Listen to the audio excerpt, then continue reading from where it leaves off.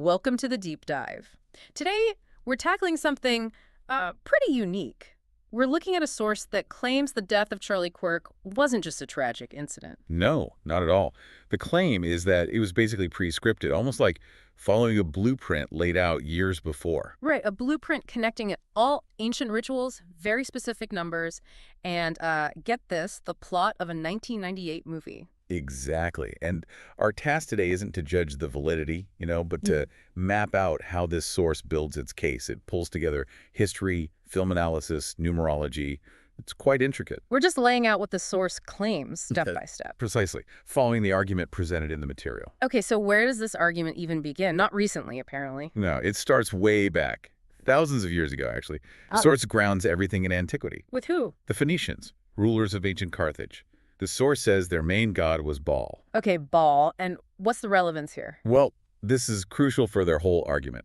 The source claims Baal worship required very specific sacrifices. Sacrifices of Children, specifically children from high-status families, raised, in good circumstances, then sacrificed. Wow, okay. That's a heavy start.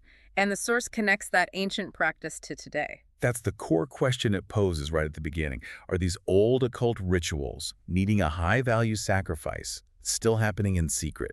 It sets a really dramatic stage. A massive claim. So how do they bridge millennia? From Baal to Charlie Kirk. Cinema. That's the bridge. Specifically, the 1998 film Snake Eyes, directed by Brian De Palma. Brian De Palma. The source notes his birthday, May 11th, but the focus is the movie itself. Yeah, the birthday seems like a minor detail they include. Yeah. The real weight is put on synchronization within the movie's plot and details. Okay, let's get into that. The opening scene. Right. Big boxing match in this huge arena, and the source points to visual cues in that scene suggesting the fight happens on September 10th. September 10th. And the significance. It's claimed to be the exact date Charlie Kirk died. Okay, so there's the date link. What else from the film? A key character. Yeah. The boxing champion in the movie. Who is? Named Tyler. His nickname is the Executioner. Tyler. Wait, isn't that a... Yes. The source immediately flags that Tyler is the same first name as the suspect identified in the actual Charlie Kirk case. Okay, a name match. But does the source leave it there? Oh no. It digs into the name itself. Tyler, meaning tile maker. Tile maker. How is that relevant? They connect it to Freemasonry.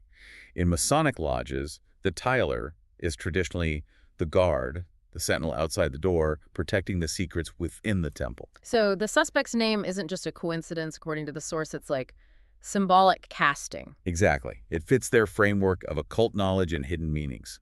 This is a classic pattern recognition, layering symbolism onto matches. And numbers seem crucial to the structure, too. The number 33 comes up a lot. A lot. The source really hammers this point. First, they claim the suspect, Tyler, was arrested exactly 33 hours after the incident. 33 hours. And 33 is significant because... It's cited as the highest degree in Scottish Rite Freemasonry. You see it pop up in many conspiracy theories as a key number. But the source goes further with 33, right? Something about the case number. Yeah, this is where it gets really specific. They take the full Kirk case number, 251403576, and claim if you add up all those individual digits, Let me guess. you get 33. Okay, summing digits of a long official number. That's a technique you see sometimes. It makes random data look intentional. It really does. It's presented as proof that the number 33 was, literally encoded into the official record of the event.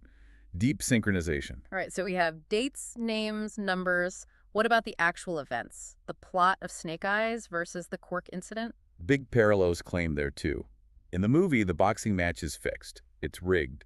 The champ, Tyler, gets a signal to take a dive, to lose on purpose. And the real-world parallel the source draws. They claim that in the moments before the Kirk incident, an associate of Kirk's was seen making lots of hand signals towards him. Signals the associate denies making, by the way. So a fixed fight, signals. What about how the victim was treated? This is another key point for the source. Kirk died from a hole in his neck, but the claim is, even though there was an ambulance right there with resuscitation gear, he was put in a private SUV and taken to the hospital. Bypassing immediate, potentially life-saving care. That's the allegation, that the transport method itself was suspicious part of the script. And the movie parallel here is pretty stark, isn't it? Extremely. In Snake Eyes, during that fixed fight, a high-ranking official watching the match is assassinated, shot Shot. in the neck. Wow. Okay. And the official's name in the movie? Charlie Kirkland. Charlie Kirkland. That's incredibly close to Charlie Quirk. The source argues it's basically the same name. They break it down. Charlie is short for Charles. Kirk relates to church or churchland. So Charlie Kirkland effectively identical roles in the narrative. The sacrificial role, tying back to the ancient ball stuff. Exactly. And they point out the timing. Snake Eyes came out in 1998. Charlie Quirk was only 4 years old then. So the idea is he was marked from a young age. That seems to be the implication. The source quotes the theologian William Tyndale. Martyrs should be raised and used as sacrifices at the appropriate time. It suggests his whole life path was predetermined for this. So the victim is pre-programmed. Does the source stop there, or does it pull in other elements, like the media or politics? Oh yeah, it broadens out significantly. The claim is the whole environment was synchronized. Let's start with this Jezebel connection. Jezebel. In the movie Snake Eyes, while the assassination is happening, there's a huge storm hitting the city outside. The storm is named Jezebel. Okay, fictional storm. The connection. Just 2 days before Quirk actually died, a reporter from a news outlet called Jezebel published an article. In it, she claimed she had hired a witch to curse Quirk. Seriously? A witch curse? That's what the article claimed, and the source uses this timing and the name Jezebel, the news outlet, and the storm as evidence the stage was being set. Media, film, symbolic names, all aligning. What about the political angle? There usually is one. Definitely. The source points out Snake Eyes was filmed at the Taj Mahal Casino. Which used to be owned by Donald Trump. This is the gateway to the political network they describe. How is Quirk linked in? He's described as an upright citizen, someone who helped Trump win the election. The connection gets stronger through family. How so? Quirk's father, Robert Quirk, an architect who worked on Trump Tower and described as a longtime friend of Trump. Okay, father-son connection to Trump. Anything else? Quirk's wife, Erica, she was Miss Universe 2012. A pageant Trump previously owned. Right. So the source paints this picture. Son of Trump's friend and architect marries a winner from Trump's former pageant business. A tight circle. Even the memorial service gets analyzed, doesn't it? It does. The source claims Erica Quirk wore an outfit to the service that was very similar to one worn by a key female character in Snake Eyes. Which character? The informant. The woman who kind of blows the lid off the whole conspiracy in the film. Yeah. The implication is even the mourning attire was part of the script. Okay, this is dense. Who does the source ultimately claim is pulling the strings, like the puppet master? Does the movie parallel extend there? It does. In Snake Eyes, the real mastermind behind the fixed fight and the murder is a character named Gilbert Powell. And the source connects Powell too. They point to online descriptions, like on IMDb, that claim the character Powell was based on Donald Trump. In the movie, Powell frames a Middle Eastern person for the crime. And the real-world echo. The source claims that right after the Quirk incident happened, some initial government talk pointed towards Middle Eastern involvement, just like Powell framing someone. But that narrative didn't stick. No. The source highlights that those initial suggestions were quickly walked back after public pushback about, inconsistencies.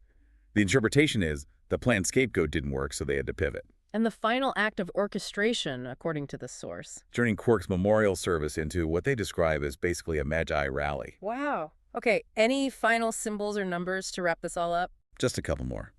The stadium where the memorial took place. The source claims its architecture looks like a coiled snake. A visual link back to the movie title, Snake Eyes. Exactly. And they highlight the movie's tagline, "Don't believe what you see," presented as a final cynical message about the real event. And there was one last number thing, right? About his podcast. The Charlie Quirk Show. Started July 7th, 2019.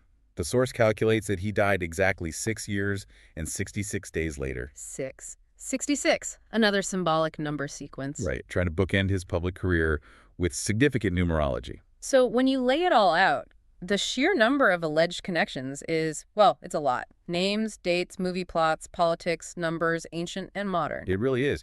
And again, our goal was just to present that intricate web of claims as the source laid it out, from Bell through Snake Eyes right up to the present day. What really stands out is that method, you called it forced alignment, taking an event and seemingly working backward to find patterns everywhere. Yeah, the density of it is designed to feel overwhelming, to make you think it can't all be coincidence. Which leaves you, the listener, with a pretty big question. If coincidence is just two things happening together, what do you call it when someone presents dozens of seemingly specific interlocking details across time, media, politics? And maybe more importantly, what drives us to look for these connections, especially when they weave together things like ancient gods and modern power plays. Something to think about. Thanks for diving deep with us today. See you next time.